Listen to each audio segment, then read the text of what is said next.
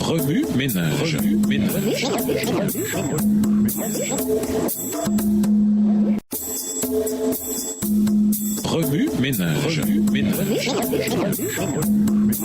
Bienvenue dans votre émission. Remue ménage. Nous voilà à la leçon 1.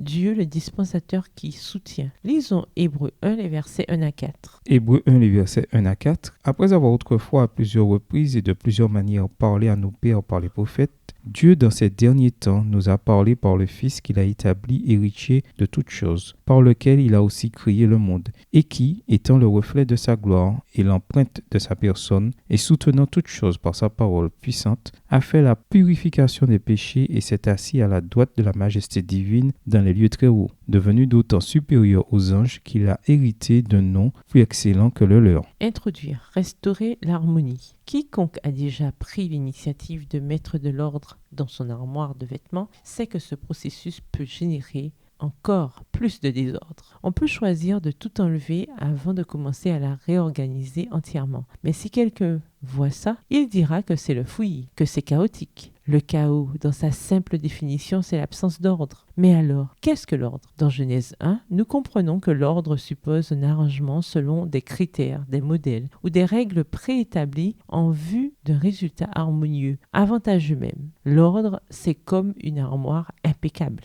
Le concept de différenciation est lié à l'ordre. Autrement dit, pour organiser des armoires, il faut établir des critères. On classe les choses en fonction de critères, sorte, couleur, taille ou forme. Certains le font tellement bien qu'ils sont même capables de trouver leurs chaussettes noires dans le noir sans allumer la lumière et donc sans réveiller leur conjoint. Après le péché, les choses organisées sont devenues désorganisées. Le principe de l'entropie, la deuxième loi de la thermodynamique, stipule que toutes les choses passent naturellement de l'état organisé d'origine à la désorganisation, ce qui engendre la décomposition et la mort. Cela affecte le visible et l'invisible, tant dans les systèmes naturels que dans les systèmes sociaux. Les maladies, la détérioration de l'environnement et l'érosion des relations familiales n'en sont que quelques exemples. À moins qu'une énergie extérieure ne soit introduite, tout subit un chaos qui conduit finalement à la destruction. L'Épître aux Hébreux dit non seulement que le Fils est l'héritier de toutes choses et le créateur des mondes et des systèmes, mais aussi qu'il soutient l'univers par sa parole puissante. Hébreux 1, versets 2 et 3. Cette semaine, nous explorerons les premiers chapitres de la Genèse pour analyser comment Dieu a fait surgir l'ordre de ce qui est sans forme et pour découvrir quels principes il a utilisés pour soutenir ces systèmes. Le rôle de la parole de Dieu sera exploré non seulement dans le processus de création, mais aussi dans le soutien de ce que Dieu a créé, depuis nos corps jusqu'à nos mariages et même jusqu'à nos finances. Ceux qui prêtent attention à la parole et l'appliquent avec respect dans leur vie verront les conséquences de l'entropie s'inverser. Bref, il y a de l'espoir. Remue-ménage. Écrivez Hébreux 11 et versets 1 à 4 à partir de la version biblique de votre choix. Vous pouvez également réécrire le passage avec vos propres mots, tracer les grandes lignes du chapitre ou en faire